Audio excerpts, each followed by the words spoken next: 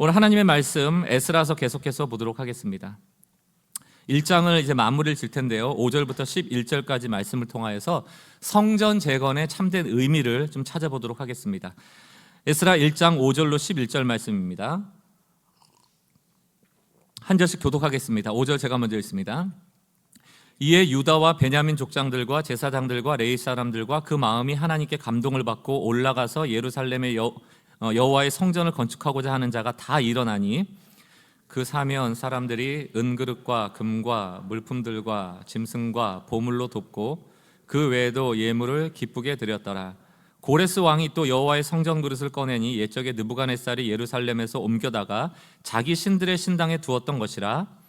바사왕 고레스가 창고지기 미드르닷에게 명령하여 그 그릇들을 꺼내어 세워서 유다 총독 세스바사에게 넘겨주니 그 수가 금접시 30개요 은접시가 1000개요 칼이 29개요 금 대접이 30개요 그보다 못한 은대접은 410개요 그 밖에 그릇이 1000개니 함께 있습니다.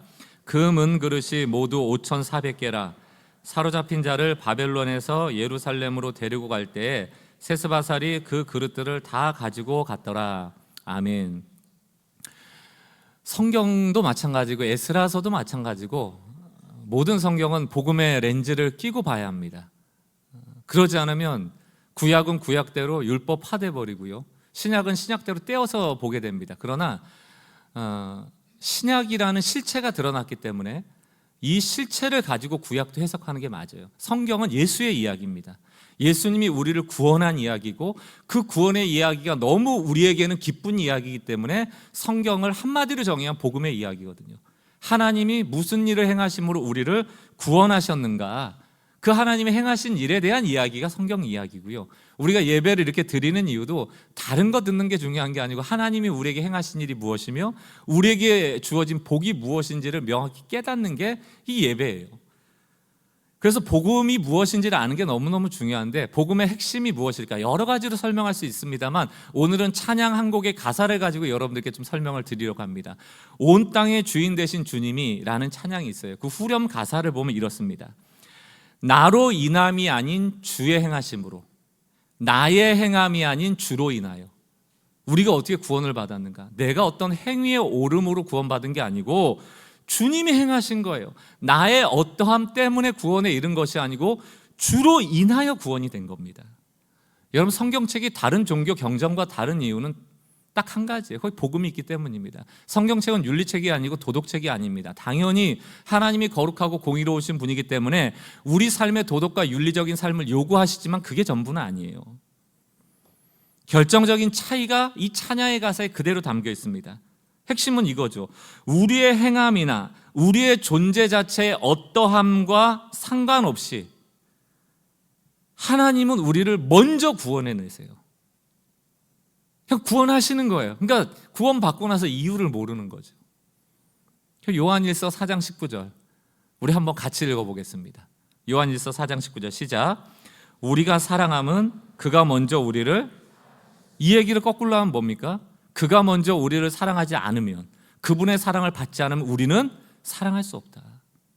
다시 말해서 성경에서 서로 사랑하라라고 얘기가 나와서 사랑해야 돼라는 당위성, 윤리, 도덕적으로 이걸 봐버리면 절대 실천 못해요. 성경에서 말하는 서로 사랑은, 원수 사랑은 전제가 있습니다. 하나님이 우리를 먼저 사랑하신 그 사랑을 알고 해요.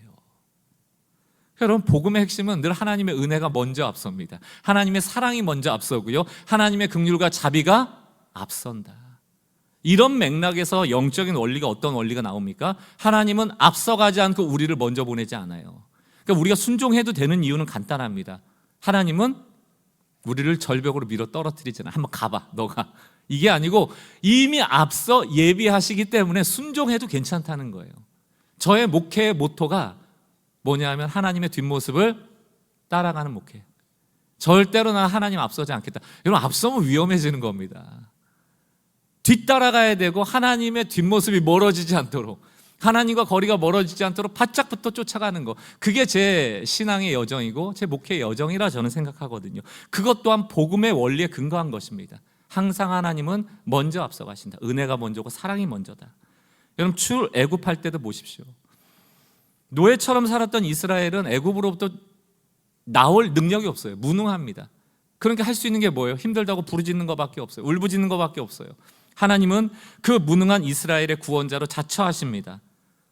사실 온 인류를 구원하기 위한 도구로 이스라엘을 쓰는 것은 부적합합니다. 노예 아닙니까? 오히려 누굴 쓰는 게 나아요? 애굽을 쓰는 게 낫죠. 힘도 있고 물질도 있고 자원도 있고 재원도 있고 환경도 좋아요. 근데 여러분 여기서 기억하셔야 될 게 하나님은 우리 눈에 보이는 것과는 반대로 일하실 때가 엄청 많아요. 엄청 많아요. 그러니까 여러분 생각보다 우리가 하나님을 생각하는 게 틀릴 때가 많습니다. 세상 방식대로 우리가 교육받은 대로 논리적으로 생각하면 하나님 나라와는 반대일 위험이 크다. 날마다 겸손해야 돼요. 우리에게 있는 확신은 한 가지입니다. 우린 늘 틀릴 수 있다. 특별히 하나님 앞에서. 그래서 겸손해야 되고 하나님의 말씀을 잘 읽는 게 중요하죠. 보세요. 왜 노예 백성 이스라엘을 쓰시는가? 신명기 7장 7절로 9절 이렇게 말합니다. 여호와께서 너희를 기뻐하시고 너희를 택하시면, 우리 생각에는 하나님이 기뻐하시는 일은 막 우리가 대단해야 될 것 같은데 하나님은 그런데 기뻐하시는 게 아니고, 기뻐하시고 택하신 이유는 너희가 다른 민족의 수요보다 많기 때문이 아니라 오히려 너희는 민족 중에 가장 적으니라. 하나님은 적은 숫자를 더 쓰길 좋아하시고요, 약한 민족을 쓰길 좋아하세요. 8절 여호와께서 다만 너희를 사랑하심으로 말미암아, 이유 딱 나옵니다. 왜 이스라엘 택하세요? 왜 우리를 구원하시려고 택하세요? 그냥 사랑하셔서 택한 거예요. 다만 여호와의 사랑으로 말미암아. 다른 이유 없다. 없어요. 다른 이유 없습니다. 여러분이 구원받은 다른 이유를 찾지 마세요. 하나님의 사랑 이외에는 이유가 없습니다. 또는 너희의 조상에게 하신 맹세를 지키려 하심으로 말미암아 자기의 권능의 손으로 너희를 인도하여 내시되 너희를 그 종되었던 집에서 애굽 왕 바로의 손에서 속량하셨나니. 9절 그런즉 너희는 알라 오직 내 하나님 여호와만 하나님이시고 신실하신 하나님이시고 그 하나님의 사랑을 받았으니, 이건 제가 이제 각주를 넣은 겁니다. 그를 사랑하고 그의 계명을 지키는 자에게 천대까지 그의 언약을 이행하며 인애를 베푸시되, 이렇게 돼 있어요. 여러분 이것을 복음적으로 읽으면 하나님이 우리를 먼저 택하시고 그 사랑하셨으므로 우리는 그를 사랑하고 계명을 지켜야 된다. 이게 복음이에요. 이걸 율법으로 바꿔볼까요? 율법으로 바꾸면 이렇게 합니다. 앞에 우리가 받은 사랑을 빼버리고 그를 사랑하고 그의 계명을 지켜야 천대까지 복받는다. 이게 율법이에요. 이게 협박이에요. 너가 천대까지 계명 안 지키면 하나님 너 떠날 거야. 이게 협박이에요. 이게 비복음이에요. 왜 앞에 뺍니까? 우리가 적은 수이고 우리가 죄인이고 우리가 가장 약했음에도 불구하고 하나님의 사랑, 다만 사랑으로 말미암아 구원했다는 걸 왜 빼냐고요. 왜 없애냐고요. 왜 복음을 희미하게 만드냐고요. 복음에 근거할 때 우리는 사랑할 능력이 있는 거예요. 이게 빠지면 협박이 됩니다. 천대까지 너 복 못 받아. 너 그래서 안 되는 거야. 너 죄 때문에 안 되는 거야. 늘 이 논리거든요. 복 받으려면 죄 지으면 안 돼. 그래서 우리가 복 받았습니까? 그래서 우리가 복음을 받았습니까? 그래서 우리가 구원을 받았습니까? 그럼에도 불구하고 구원받은 거예요. 그래서 날마다 겸손해야 됩니다. 출애굽 이후에 시내산에서 십계명을 받을 때도 똑같아요. 20장 2절 나는 너를 애굽 땅 종되었던 집에서 인도하여 낸 하나님 여호와라. 왜 인도했습니까? 이유 없다니까요. 하나님이 사랑해서 택했다니까요. 숫자가 적어서 택했다니까요. 약해서 택했다니까요. 사랑받았다니까요. 그리고 3절이 나오는 거예요.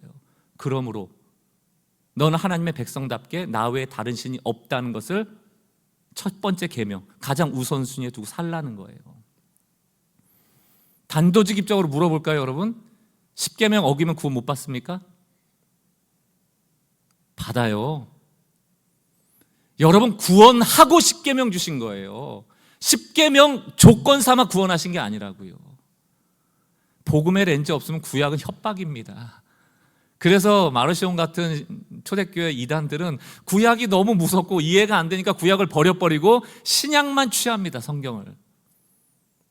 이 시대에도 마르시온이 많아요.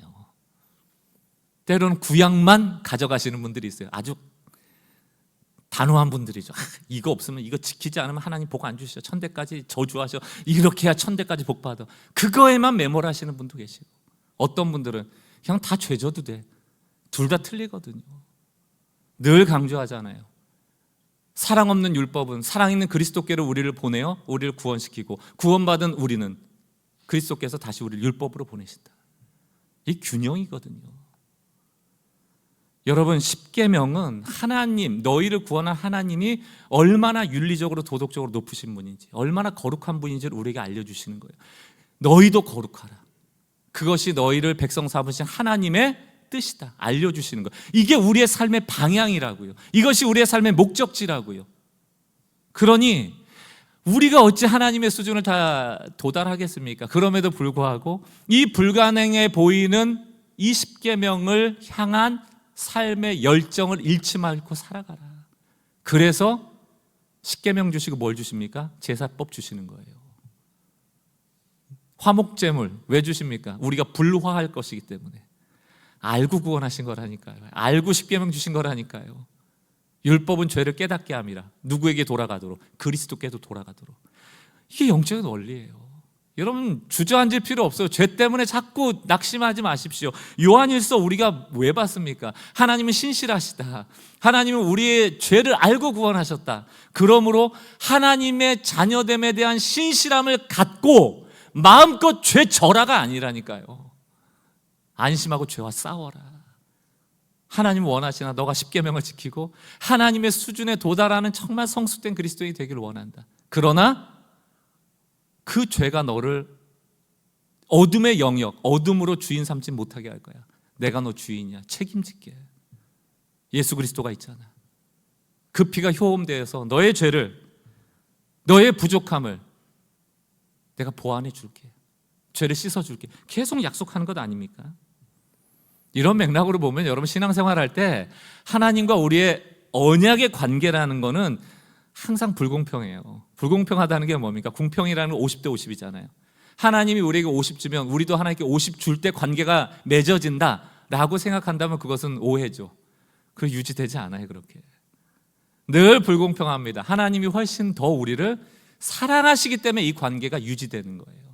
혹여라도 여러분이 하나님이 주신 은혜만큼 나는 갚아드리고 있다 생각하면 그게 교만입니다. 못 갚아요. 못 갚아요. 우리가 하나님을 위해 십자가 질 수 있습니까? 못해요.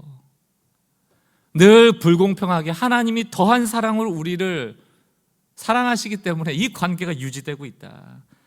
하나님이 우리를 손을 놓지 않았기 때문에 하나님의 손에 잡혀 있는 거예요. 이런 얘기 많이 하잖아요. 이렇게 잡는다고. 한 손이 놔도 하나님 손이 안 놓기 때문에 유지되는 거예요. 이렇게 잡는 게 아니에요. 우리를 잡고 계시다고요.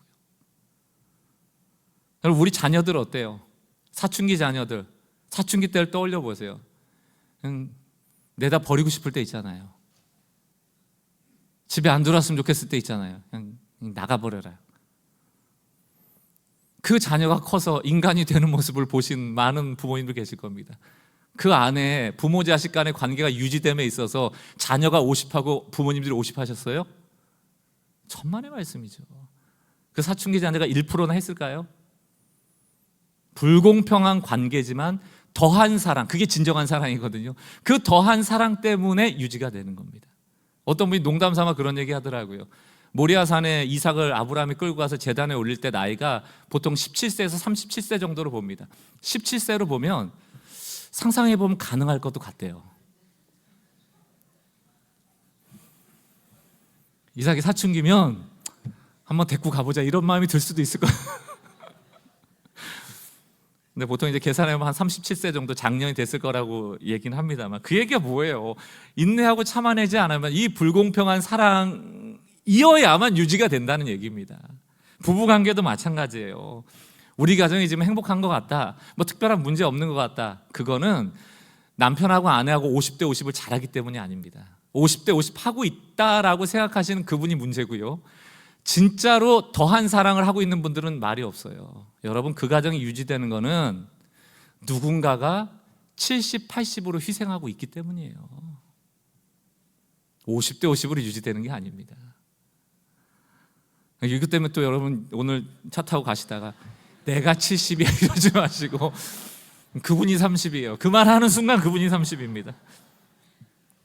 누군가의 더한 사랑, 그 사랑이 이 교회를, 우리의 구원을, 가정을, 여러분의 일터를 끌어가고 있는 거예요.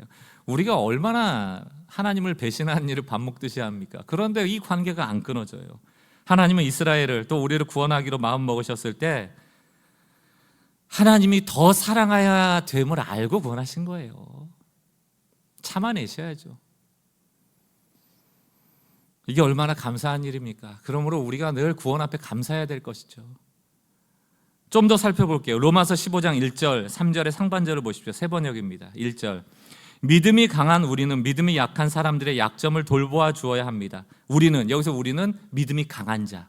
강한 자는 자기의 좋을 대로만 해서는 안 됩니다. 2절. 우리는 저마다 자기 이웃의 마음에 들게 행동하면서, 자기의 이웃은 뭡니까? 믿음이 약한 자들 있잖아요.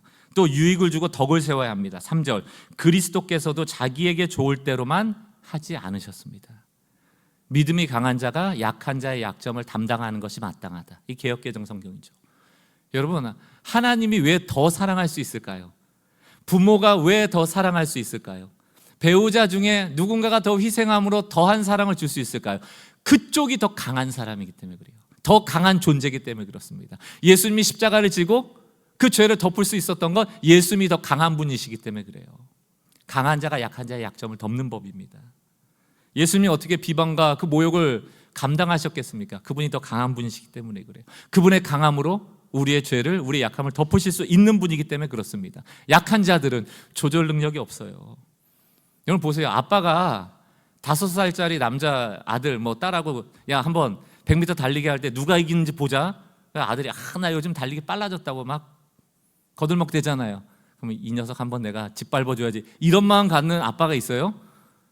기세워줘야지 이런 마음으로 막 뛰다가 막 힘든 척하다가 마지막 피니시 라인에서 마치 딱 물러서 주면서 아들 딱 골인시키잖아요. 아빠가 강한 존재이기 때문에 속도를 조절하는 겁니다. 강한 사람이 늦출 수 있는 거예요.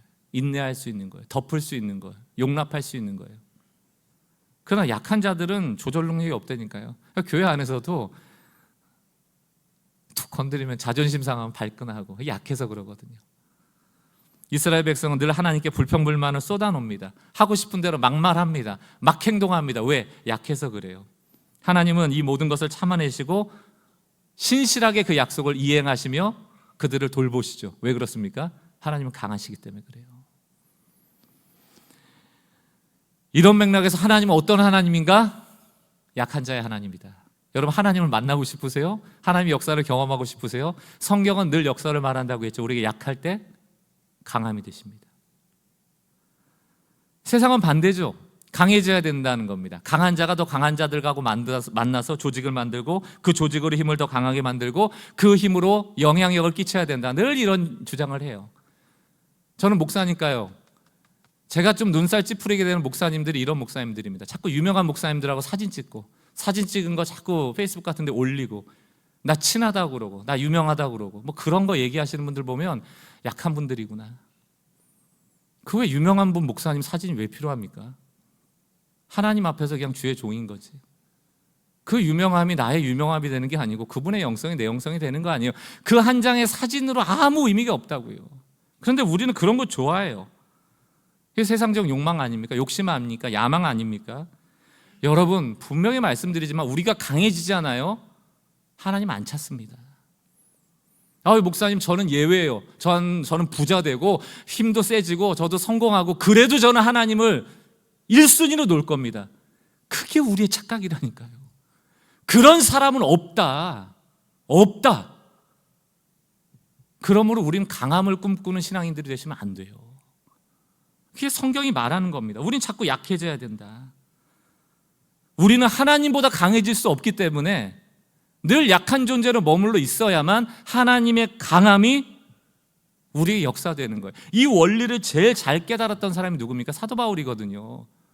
3층 천을 갔다 왔어요. 영적인 경험을 했습니다. 그 아무나 못 가는 거잖아요. 하나님의 역사가 있어야지 경험할 수 있는 영적인 체험 아닙니까?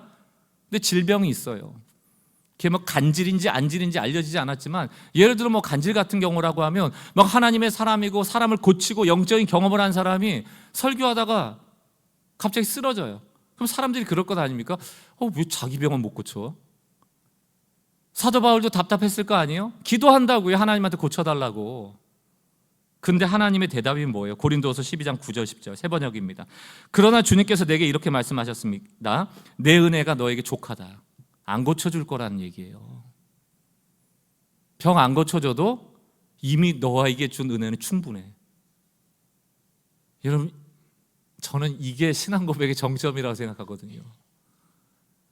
내가 그토록 원했고 명분도 있는 것 같은데, 이거 고쳐지면 내가 더 복음 전파 잘할 것 같은데, 내 생각이 이게 맞는 것 같은데 하나님이 충분하대요.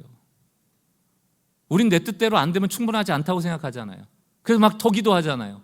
기도 안 되면 상처받잖아요. 응답 안 되면. 내 은혜가 너에게 족하다. 내 능력은, 하나님의 능력은 약함을 통하여 완전하게 된대요. 약함이 필요하다는 얘기입니다. 하나님의 완전함이 드러나기 위하여, 하나님의 강함이 드러나기 위하여, 아, 이 일은 하나님이 하셨구나를 드러나기 위하여, 하나님께 영광 돌리기 위하여 뭐가 필요하다? 약함이라는 재료가 필요한 거예요. 왜 이스라엘을 택했을까? 왜 우리를 택했을까? 왜 사도 바울일까? 왜 사도 바울의 병을 그대로 둘까? 내 능력이 그 약함 가운데 완전해지기 때문에. 그러므로 그리스도의 능력이 내게 머무르게 하기 위하여 나는 더욱더 기쁜 마음으로 내 약점들을 자랑하려고 합니다. 10절. 그러므로 나는 그리스도를 위하여 병약함과 모욕과 궁핍과 박해와 곤란 겪는 것을 기뻐합니다. 내가 약할 그때 오히려 내가 강하기 때문입니다. 내가 승리하는 거예요? 내가 강해지는 거예요? 하나님의 강함이 그 약함을 뚫고 들어오시는 거예요.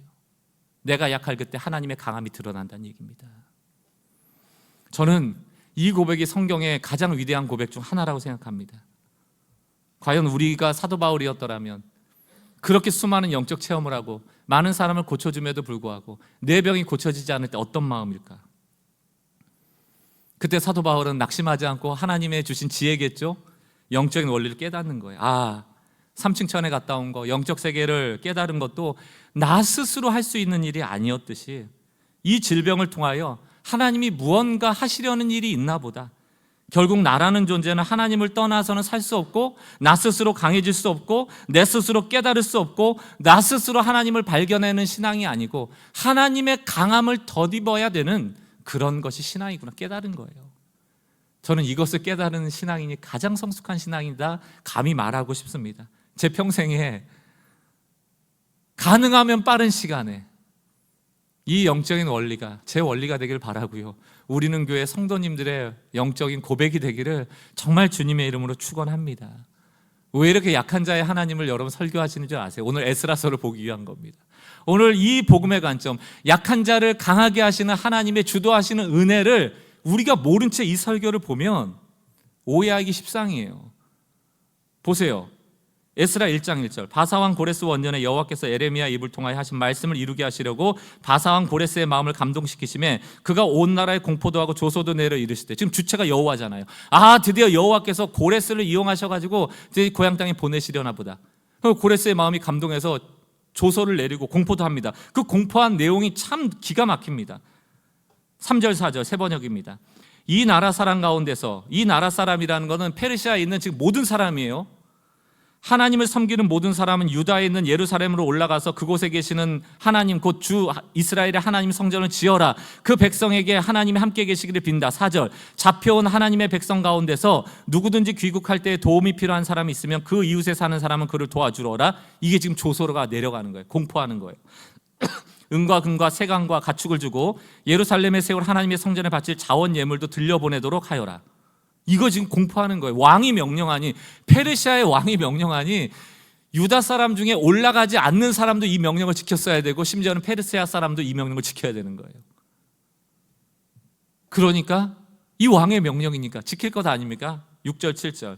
이웃 사람들은, 이거는 유다 땅으로 돌아가지 않는 이웃, 또 페르시아라는 어찌 보면은 지배국인데 지배국 사람들도 이 노예들이 돌아갈 때 자원을 주는 거예요. 보세요. 이웃 사람들은 자원 예물 외에도 은그릇과 금, 세강과 가축과 여러 가지 진귀한 보물을 주어서 그들을 도왔다. 7절. 더욱이 고레스 왕은 주님의 성전에 속하여 있던 여러 가지 그릇까지 꺼내오게 하였는데 그것들은 느부갓네살이 예루살렘에 가지고 가서 자기의 신전에 둔 것이다. 바벨론 왕 느부갓네살이 예루살렘 성을 패망시킬 때 그 성전에 있던 성전 기구들을 다 가지고 와서 바벨론 신을 섬기는 성전에 두었거든요. 그걸 꺼내서 다시 가져가라는 얘기입니다. 여러분, 어마어마한 양의 금은 보화를 가지고 지금 그 노예된 백성들이 예루살렘 고향 땅으로 돌아가는 거예요. 여러분, 이 본문을 단선적으로 해석하면 이런 해석이 되는 거예요. 하나님이 역사하시니까 그 페르시아, 전 세계에 가장 어마어마했던 권력자 고레스도 무릎을 꿇는구나. 하나님 앞에 바짝 엎드려서 은금 보화를 이스라엘 백성에게 주고 이스라엘 백성은 드디어 금이 환영을 하는구나. 할렐루야! 이게 단선적 신앙이에요. 뭔 금이 환영입니까? 지금 금은 보화 받게 된 게 70년 바벨론 포로 생활 마지막의 목적이 아니잖아요. 그 금은 보화 가지고 가서 성전 재건하는 것도 목적이 아닙니다. 목적은 신앙 회복이거든요. 회개하고 돌이켜 다시는 70년 전으로 돌아가지 말라는 것이거든요. 그런데 이 본문만 보면 드디어 하나님이 금은 보화를 주셨으니까 돌아가서 성전 지어야지. 끝. 여러분, 지금 한국교회 하나님 많은 은혜를 주셨지만 세상 사람들이 혹은 가난한 성도들이 비아냥대면서 이 교회에 대해서 딱 3가지 단어로 묘사하거든요. 이게 아프지만 또 그래 왔어요. 3가지 단어가 뭡니까? 모이자, 돈 내자, 건물 짓자. 모이기에 힘써라, 헌금 많이 해라, 성전 짓자. 그렇게 한국의 교회 역사가 흘러왔습니다. 그래서 지금 남은 게 뭡니까? 교회가 카페에 팔리고, 교회가 이단에 팔리고, 건물이 사람이 비어버리고, 주일학교가 없어지고, 그 화려했던 건물이 한 일이 뭐예요? 남겨진 유산이 뭡니까? 그 건물들을 나중에 우리 후손에게 물려라도 줄 겁니까? 하나님이 지금 원하시는 게, 지금까지 지었던 건물들이 너무 작았어, 더 큰 건물 지으면 하나님 복 주실게, 그 메시지예요? 에스라서를 보면서 이 개혁운동이거든요. 우리가 무슨 신앙을 개혁해야 될지를 함께 살펴보는 것이거든요. 그냥 에스라 1장 5절에서 11절을 은금보화 가져가서 성전 짓는 얘기로 해버리면 다시 또 모이자, 돈 내자, 건물 짓자 되는 거예요. 그거 아니거든요. 많은 분들이 다윗의 성전도 대단했는데, 다윗도 막 은금보화 가지고 솔로몬의 성전 지었고 막 어마어마한 성가대를 가지고 하나님 찬양하고 그런 얘기만 가지고 성전을 잘 지어야 된다는 논리를 펴시는데 그것도 틀린 얘기예요. 언제 하나님이 성전 지라고 얘기했습니까? 성전은 하나님의 아이디어가 아니라니까요. 하나님은 성전에 갇히시는 분이 아닙니다. 온 우주가 하나님의 집인데 왜 우리가 하나님을 이 성전에 끌어들여 놓고 이 좁은 것에 메어 놓습니까? 하나님의 집은 온 집이다. 예를 들어 하나님이 금이 100돈밖에 없어요. 근데 금 100돈 모아서 성전 지어서 하나님이 금이 200돈 됐다면 의미가 있겠죠. 그 모든 자원이, 그 금은 보화가 하나님의 건데 이미 그걸 가지고 화려한 성전을 짓는다고 하나님한테 무슨 의미가 있냐고요. 없다니까요. 그래서 하나님이 다윗이 성전 짓게 했을 때 반대한 겁니다. 이 반대의 얘기는 너무너무 많은 얘기들이 있지만 저는 오히려 조금 신약 시대, 우리하고 가까웠던 시대의 이야기를 가지고 좀 말씀을 전해볼게요.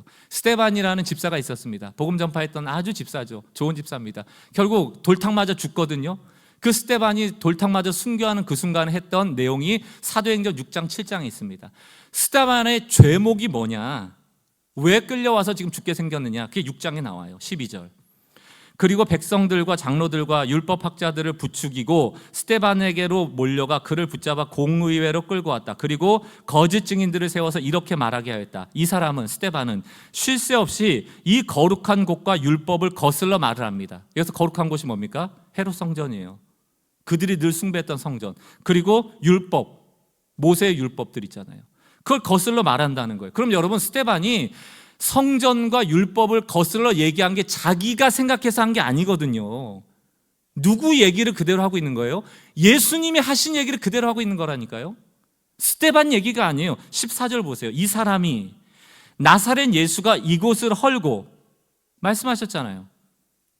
예루살렘 성에 들어가셔서 헤롯 성전 앞에 가서 누가 아버지의 기도하는 집을 이 장사하는 곳으로 만들었느냐, 내가 이곳을 사흘 만에 헐겠다 말씀하셨잖아요. 예수님의 말이거든요. 또 모세가 우리에게 전하여 준 규례를 뜯어 고치다. 예수님이 뜯어 고치셨잖아요. 무엇을 통하여? 산상수훈을 통하여. 이전에 너희 선조들은 이렇게 말하였을지 모르나 나는 이렇게 말하노니 누구든지 현재를 비방하는 자가 살인하는 자다. 바꿔주셨거든요.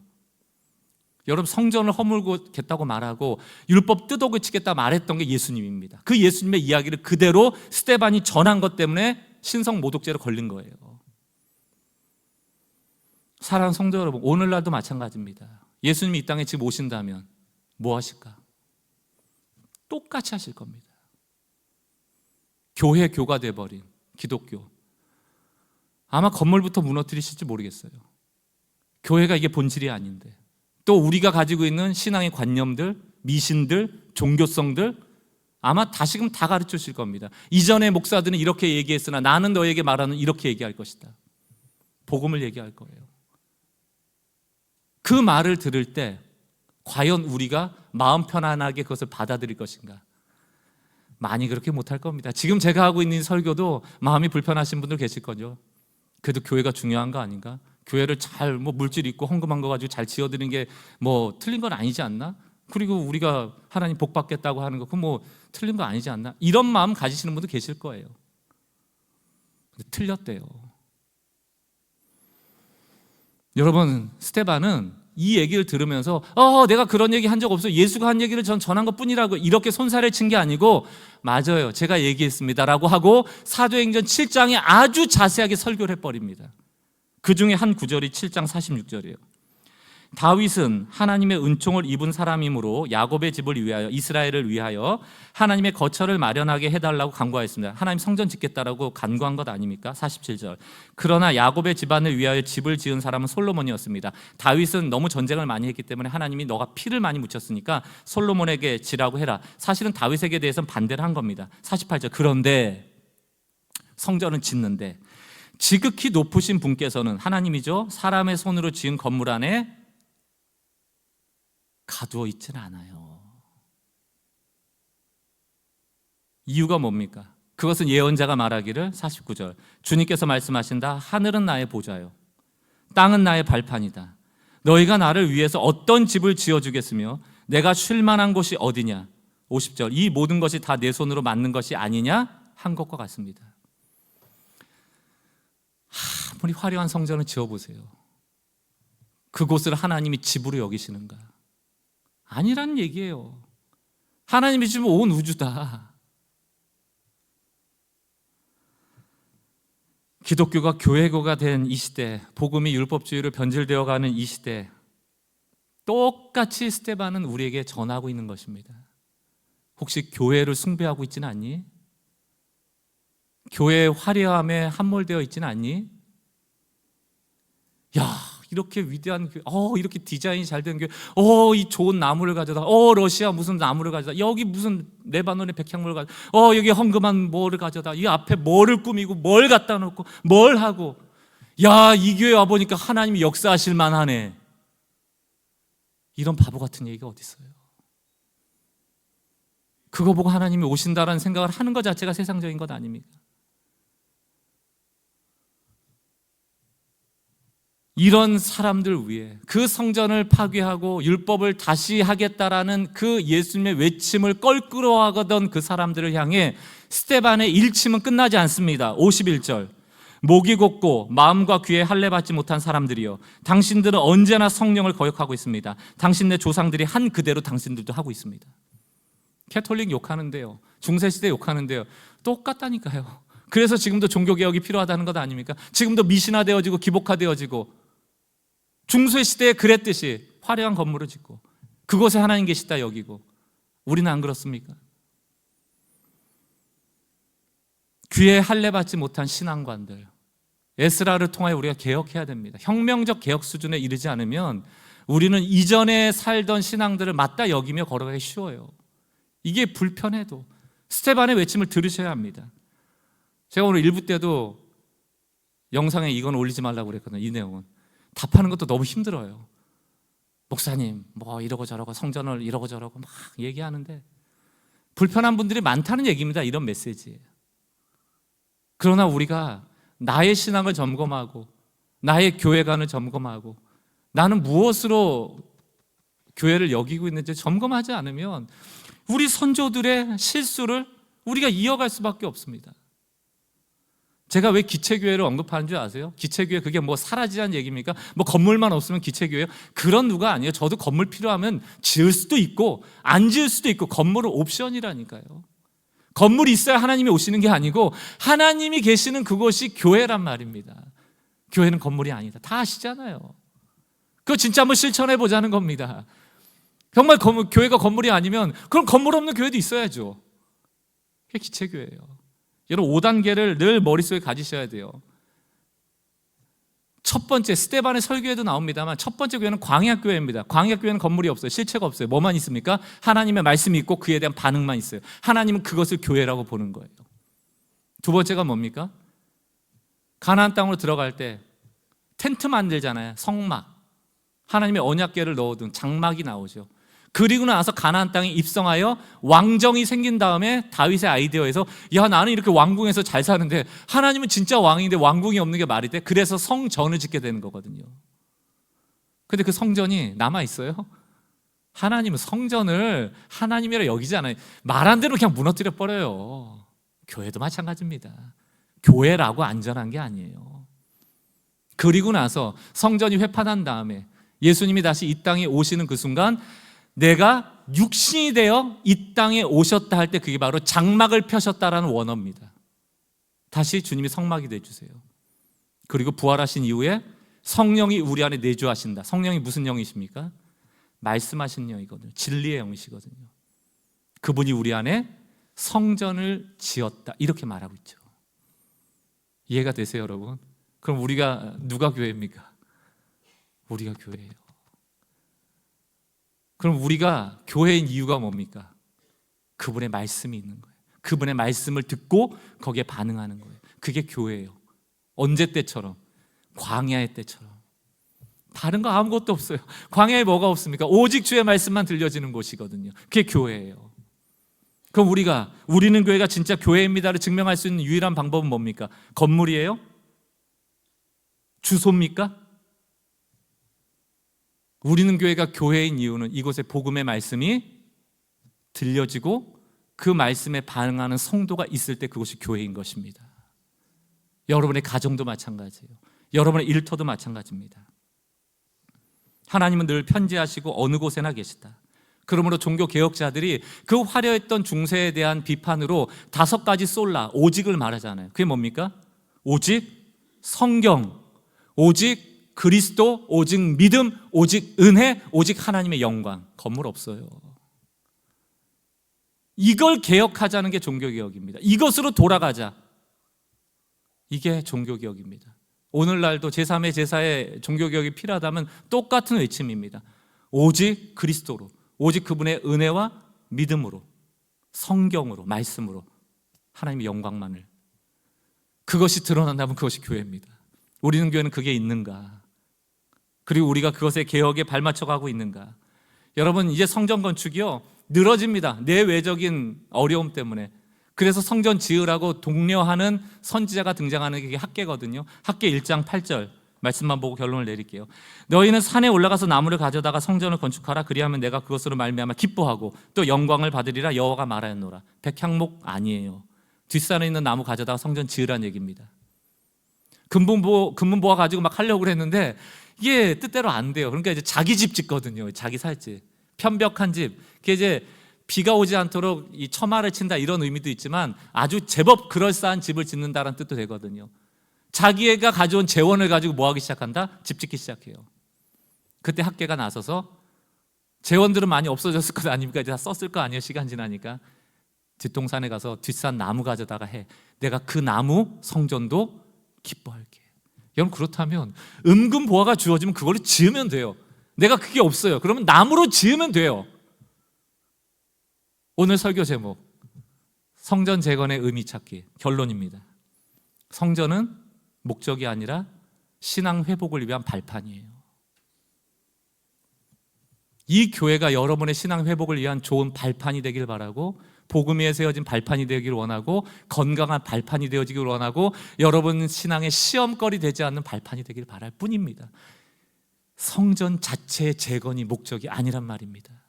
그래서 에스라서는 1장에서 6장까지는 성경 재건, 7장에서 10장까지는 에스라가 등장하여 신앙 회복을 시킨다고요. 6장으로 끝나지는 않아요. 10장까지가 진짜입니다. 사랑하는 성도 여러분, 의도적으로 이 시대의 교회는 초라함을 추구해야 합니다. 약해져야 되고요, 볼품 없어져야 돼요. 왜? 우리가 약할 때, 우리가 초라할 때, 우리가 적을 때, 우리가 없을 때 그리스도의 강함이 그 약함을, 초라함을 통하여 나타나게. 저는 우리는 교회가 무명하여도, 없어도, 초라해도, 약해도 하나님의 말씀이, 복음이 있으니까 성도들이 살아나고 힘을 얻고 소망을 가지고 교회가 유지되고 지탱되어지는구나, 이래도 교회는 되는구나를 보여주고 싶은 겁니다. 보여준다는 걸 또 오해하지 마세요. 그런 게 아니고 이게 교회구나 할 수 있는 그런 교회가 되기를 바라는 것이거든요. 아마 많은 성도들이 거기를 아시리라 생각합니다.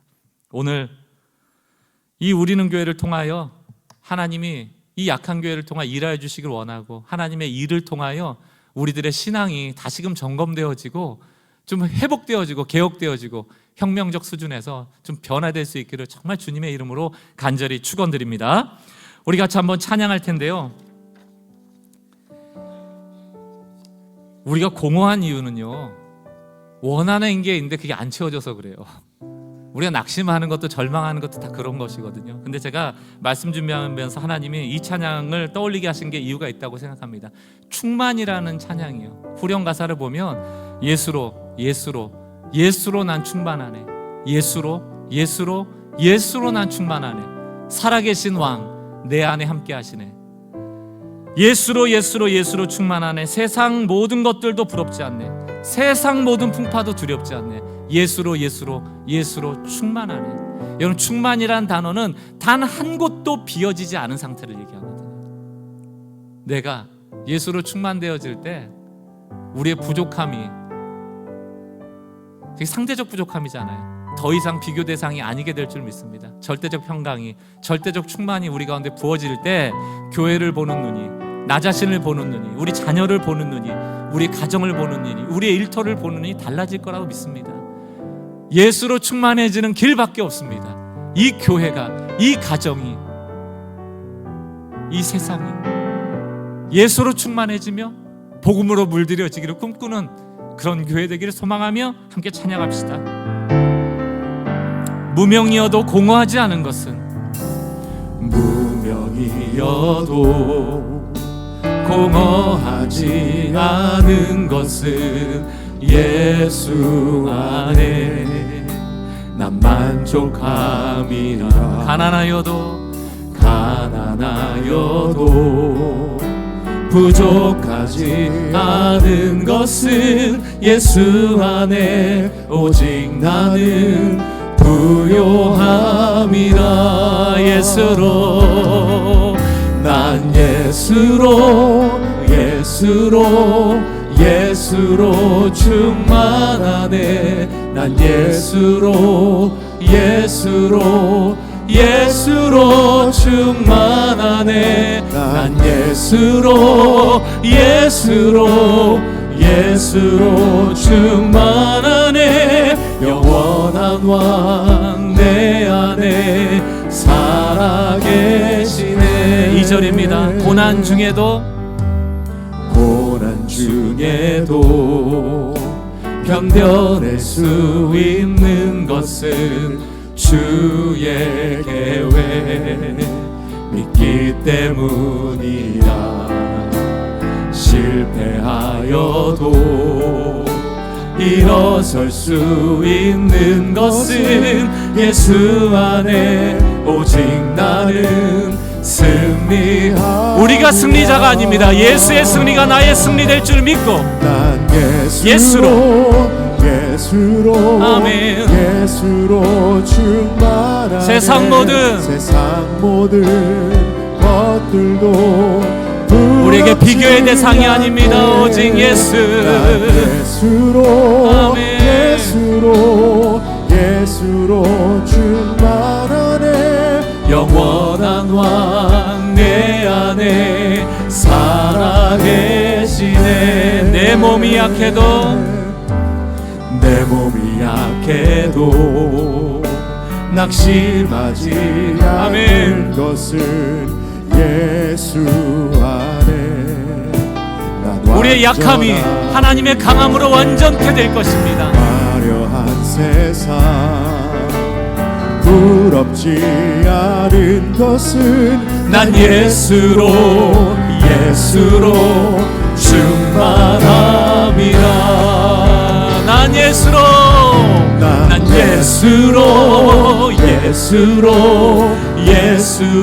충만하네. 세상 모든 풍파도